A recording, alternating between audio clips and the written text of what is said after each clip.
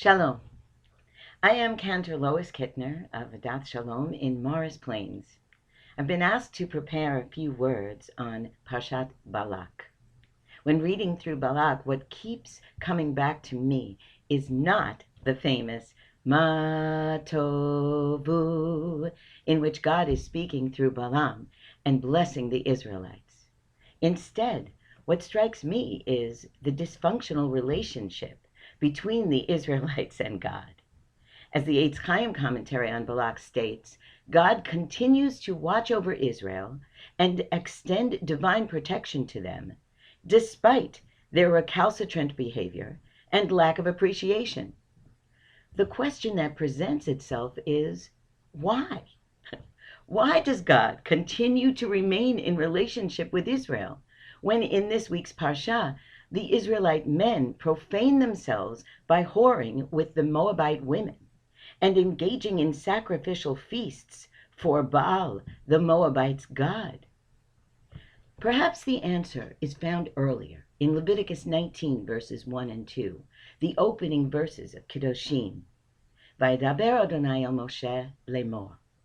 Daber el kol adat b'nei Yisrael, ve'amarta alehem, kedoshim tihu, ki kadosh ani Adonai Elohechem.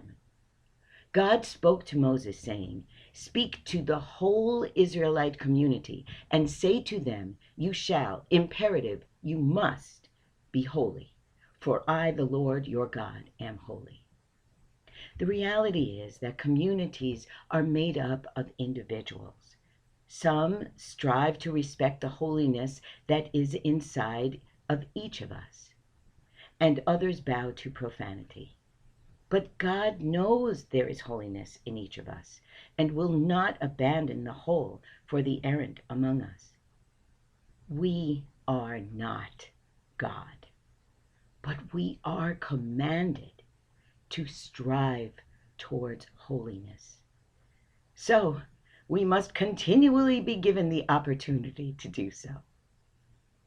Just before the dramatic finish of Parshat Balak, God gives Moses the prescription to help God's overwhelming anger be redirected. And God said to Moses, "Take all the ringleaders and have them publicly impaled before the Lord, so that the Lord's wrath may turn away from Israel." Moses immediately commands that it be done, but as the Eitz Chaim commentary points out, we don't know for sure that that specific punishment ever takes place, because suddenly an individual Israelite brings a Midianite woman in front of the sanctuary, in front of Moses and the community who were weeping in distress. And Pinchas, son of Eleazar, son of Aaron the priest, stabs both the man and woman through their bellies. A bloody, terrifying, God-appeasing act, since the plague that had killed 24,000 then ended. So, what's the takeaway? I would like to think it is God's commandment for us to strive towards holiness is based on God's faith in us. When any human would have given up on us chapters ago, we are still in relationship with God, because God is holy and is constantly ready to help us strive towards holiness.